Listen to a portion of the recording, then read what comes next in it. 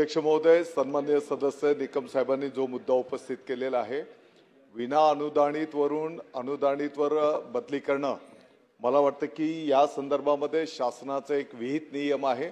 त्या नियमाप्रमाणे बदली करणं त्या ठिकाणी अनुज्ञेय आहे आणि ही बदली होत असताना जोपर्यंत ज्याची बदली झाली त्याचं मूळ जी शाळा आहे ती शाळा जोपर्यंत टप्प्या अनुदानावर येत नाही किंवा ज्या टप्पा अनुदानावर मूळ शाळा आहे त्या पद्धतीनेच बदली झालेल्या ठिकाणी सुद्धा त्या टप्प्याद्वारेच त्याला त्या ठिकाणी अनुदान अपेक्षित आहे।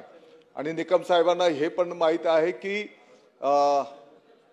जेवढं टप्पा अनुदान त्या ठिकाणी त्याला दिलं जात आहे उर्वरित त्याचा पूर्ण पगार त्या ठिकाणी देणं। उदाहरणार्थ एखाद्या शिक्षकाला जर 20% अनुदान टप्पा अनुदान मिळत असेल तर 80% त्या शिक्षक बांधवाला संस्थेच्या माध्यमातून त्याचं वेतन देणं अपेक्षित आहे।